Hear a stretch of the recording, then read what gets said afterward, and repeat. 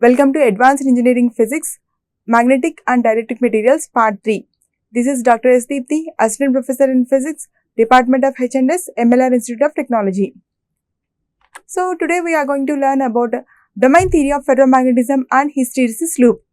So this is a very important concept, hysteresis loop and domain theory of ferromagnetism. Why such importance? Because we are supposed to see the difference between different types of magnetic materials. Okay, so in this week, by the end of this video lecture, you are going to learn about how the domain theory works for ferromagnetic materials, how the magnetization will be occurring in such materials, and also what is the hysteresis loop, why it is having so much importance, what are soft and hard magnetic materials. So these are the concepts you are going to learn in this video lecture. So coming to domain theory of ferromagnetism. See the figure over here. There are several domains are arranged. What are domains? In the previous video lecture, we already saw about domains. I drew some of the concepts and domain wall also I have said to you. So in this video lecture also, we are going in depth of the domains and how the domains play an important role in determining the magnetization of that particular material. So, ferromagnetic materials acquire strong magnetization with magnetic moments of individual atoms, interact individually and align themselves spontaneously. So, some magnetic materials are there or some materials are there where these materials are supposed to have strong magnetization depends upon the orientation of dipole moments within them. Okay, the orientation of dipole moments leads the particular materials to have these type of phenomena, strong magnetic materials. Okay, the atoms in these materials form large number of small effective regions due to their mutual interaction. So, in a material, there are large number of atoms. For example, there are 10 to the power of 21 to 10 to the power of 24 atoms in a particular region. So, those many atoms will be there in a particular material. So, these atoms align themselves or interact themselves to and this mutual interaction provides us orientation in small regions. Okay, they orient in small regions. These are called as domains. Okay, so here they have given the regions also. The thing that I have told you, so 10 to the power of 17 to 10 to the power of 21 they have given. The ranges will be between 10 to the power of 17 to 21 or 10 to the power of 21 to 24 or something within a small specific area. So 10 to the power of minus 9 to 10 to the power of minus 5 meter cube is the size of the order in that particular specific area only. These number of atoms, these many number of atoms exist, and these many number of atoms exist with their dipoles in different directions as shown in the figure. Okay, so the magnetic moments of domains are arranged in the same direction due to exchange of coupling forces between them. So what drives these things? They exchange the coupling forces between them. So this matters between the happening of these directions. Okay, so these occurs even in the absence of external magnetic field. This is the beauty of ferromagnetic materials. Even in the absence of external magnetic field, these particular atoms align themselves and align in a particular domain form of nature. Okay, so some of the atoms will align in one direction. For example, in this direction. Some of the atoms will align in this direction. Some of the atoms will align in this direction and any other direction. Okay, so these atoms are arranged in this direction, and the particularity of this one is without the application of magnetic field. We are not applying any magnetic field, but before the application of magnetic field, some materials like ferrites, okay, so some materials will be possessing these type of phenomena. Okay, so this is about domains. These form into small regions called as domains, where These are known as domain walls.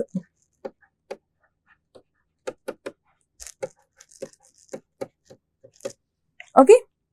So, now Bayes' theory of ferromagnetism or domain theory of ferromagnetism. This is the important concept where we can see the rotation of domains and the growth of the domains, which will in turn lead to the magnetization. Okay, when the external magnetic field is applied in a ferromagnetic material, magnetization takes place in ways, in these following ways. Okay, so if you observe the diagram first, let us observe the diagram first. In the first diagram, it represents when the ferromagnetic material is unmagnetized. So, when the ferromagnetic material is unmagnetized, the magnetic domains will be moving in a particular direction, in their own directions. We took in this direction, one in this direction, one in downward direction, one in the left direction, one in up direction. So, we have chosen these directions. When the magnetic field is applied, then if you could observe this diagram, what this diagram tells, the domain walls have changed. See here, there you can observe the change in domain walls. Why this change in domain wall occurs? Okay, and this is the question first of all. Why this change in domain walls occur? And as you see, the third diagram, domain growth, this is the growth of the domains in the second one, and in the third one we could observe that domain wall rotation is there. Okay, so these are the phenomenal observations that could be observed. Okay, so first, by the domain growth, when a specimen is placed in a magnetic field, the domains which are oriented in the direction of external field grow in size and expand into other domains which are in the field direction. These are known as domain growth. This results in the final magnetization and takes place in weak external field. So, what happens here? Due to the growth in the domains, magnetization occurs. This is the final answer, right? So, how these grow? Whenever external magnetic field is applied, the domains which are in the direction, which orient in the direction of the applied magnetic field, they will adjust themselves and the domain walls will move from one region to another region. That means there will be a push in the domain walls. For example, here these are the domain walls, no? So, if we apply the magnetic field in this direction, then what happens? These domain walls, they are in the same direction. So, these domains will be increasing in their direction. The walls of the domains will be increasing in one direction and these number will grow and others will be shifting like this. That means, if we draw like this a diagram, let us draw like this a diagram. For example, this is the first one. Okay. As we can see, next, if we apply the magnetic field, then what happens here? Due to the application of the magnetic field, the domains will be pushing or moving like this. They will be moving and coming like this with the wall moment. And what happens? These domains over here, these will also enter this direction. Okay. So, obviously, the domains over here will change in the direction and will be coming in this direction by growing. Number of domains will be growing here. Okay. So, this leads to the magnetization even in the weak external field also. Okay. Next, by domain rotation. So, while moving from one region to another region, there will be rotation in the domains. The domains will be rotating. So, see the third figure over here. So, these are all the domains that are existing over here. So, when these are growing, what happens here? These domains will be entering from one region to another region because there is increase in this region, increase of area in this region and there is a decrement in this region. So, due to the decrement in this region, the increment of this region is increased So the domains are rushing towards the larger region. Okay, so that the rotation of the domains occurs here. So when a strong magnetic field is applied in the domain, rotates until their magnetic moments are aligned more or less in the direction of external field. So when the external field is in this direction, so in that direction the rotation of all the domains will be taking place. For that reason, these domains will be shifting from one region to another region. These domains will be growing, shifting from one region to another region, and also these will be rotating until these will be rotating in the direction of the applied field. Okay, so this results in finite magnetization. When the domain vectors become parallel to the field, this results in saturation. So when up to where these domains will be rotating, up to where these reach a point called as saturation point. Okay, then the boundaries do not move completely to their positions and hence will not be demagnetized completely. So see here this is a permanent magnetization occurs here. So what happens? These will be the atoms will be randomly oriented in different domains, and when the magnetic field is applied, these orientation of domains occur as the domain walls will be moving from one region to another region, and the domains will be moving throughout. And then afterwards, saturation occurs when these domain walls or these domains will be in the direction of the applied field. Completed. Okay. So then the boundaries do not move completely in their positions and hence will not demagnetize completely. This is what happens here. At higher temperature, the domains will be broken and a ferromagnetic material becomes paramagnetic. So this is the major point that we need to keep in our mind, that at higher temperatures, the domains will be broken up and ferromagnetic material becomes paramagnetic. Okay. So until then, the ferromagnetic substances remains the same and demagnetization is not possible as the domain walls will not come to their original positions. If the change occurs, the change will occur permanently. Okay. So now coming to the hysteresis loop. So if you could observe the diagram is looking how the diagram is looking. This diagram is looking like a snake, right? But this is not the snake actually, right? So if we could observe this diagram, here 0 to A position, A to B, B to C, C to D, D to F, F to A. This is the hysteresis loop. Hysteresis loop gives us the, it is a graphical representation between magnetization field and magnetization force. Okay, or it is also known as flux density. B and H, BH curve, it is also called as BH curve. You might have done in your laboratory experiments about these. Okay, so what happens here in this? Here, when we apply the magnetization or when the material is kept in the magnetic field, then what happens here? Then this will be moving, the graph between the flux density and magnetizing force will be moving as we increase the current. Okay, then what happens here? Then after reaching a saturation point, then in reverse, it will be coming in reverse, getting retentivity and coercivity. Okay, so then after reaching a point called as C, it will be moving in opposite direction, and oppositely it will decrement will be there. Magnetizing force will also be in the opposite direction and flux density is also in the opposite direction.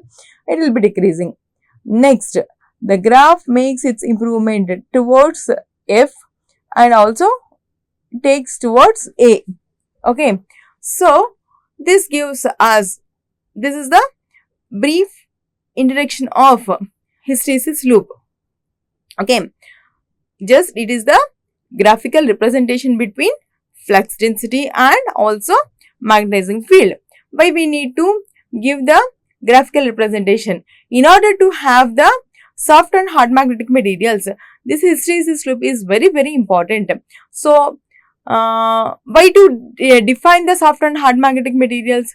Why? Because in order to make a permanent magnets, we use hard magnetic materials, and in order to make a temporary magnetic materials, we use soft magnetic materials. Okay, so to differentiate between them, it will be very useful, right? So hysteresis loop is defined as lag in the change of magnetization behind the variations of magnetic field. Okay, there will be lag in the change of magnetization, right? And in magnetic materials, the induced magnetic flux B of a material lags behind the magnetizing field H. Consider a magnetized ferromagnetic material placed in a magnetic field. Okay, so this is just a material is coming from a position of unmagnetized state to a magnetized state. So in coming to the unmagnetized state to the magnetized state, it will undergo through some sort of changes. Okay, the changes will be noting in the form of hysteresis loop. Okay, the material slowly magnetized from a 0 to a high values with increment in the magnetizing field H. The magnetic flux density increases and reaches a saturation at A. The flux density increases and reaches a saturation at A. When H decreases, now H is going to decrease, but does not become 0 at H is equals to 0. That means B also decreases but does not become to 0. At this point, the magnetic flux remains even if H is equals to 0. The magnetic flux is called as residual magnetic flux. That means remaining part in the magnetic flux even if H is equals to 0. Okay. The property of magnetic materials in which magnetic flux density remains even when the applied field is reduced to 0 is known as retentivity. So, see here retentivity means there will be when the field is 0, when H is equals to 0, B is not equal to 0. B has some magnetization. So, that is what is called as retentivity. Okay. Now, to bring B to 0 in opposite direction, the magnetizing field H is applied in the opposite direction. As a result, the curve moves to C, okay, to make the B is equals to 0 on 0 line. Okay, the magnetizing field COC is called as coercivity, right? As the magnetic field is increased in negative direction, it reaches to a saturation point called as D. Increasing H back in positive direction will return to a point A along with the path DEFA. Okay. So, this is the path, defined path. So, the loop totally OACDEFA.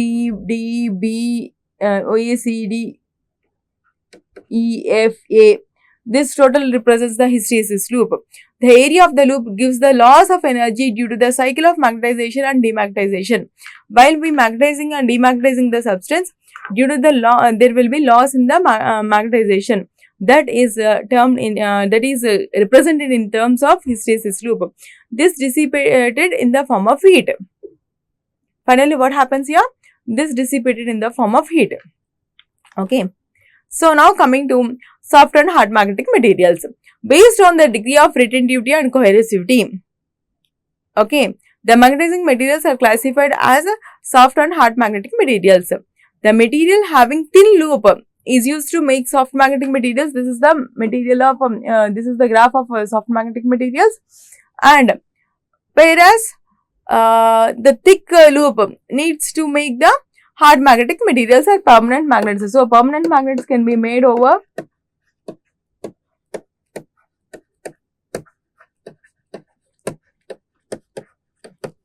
if they are supposed to have the larger area of hysteresis loop, then we can make the permanent magnetic materials.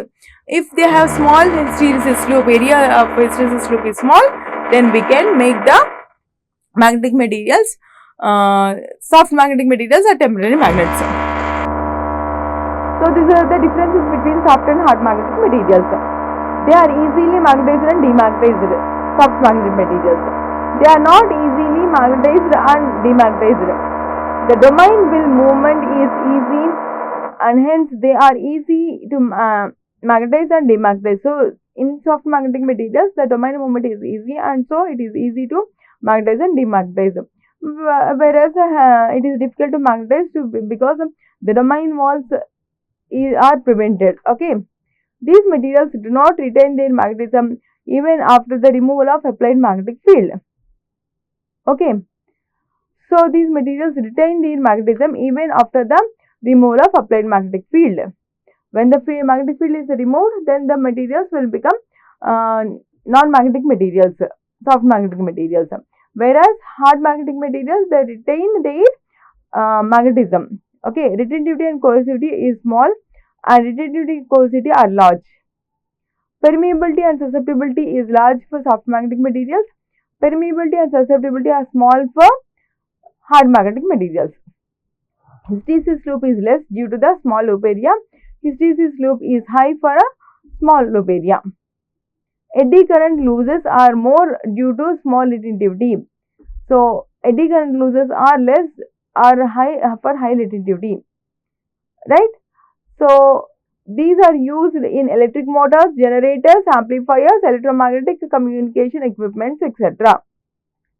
Hard magnetic materials are used in digital computers, ammeters, voltmeters and transducers, etc.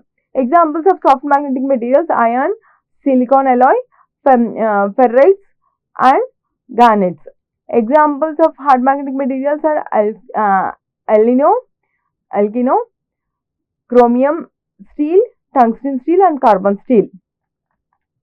Okay, so these are the soft and hard magnetic materials. Thank you.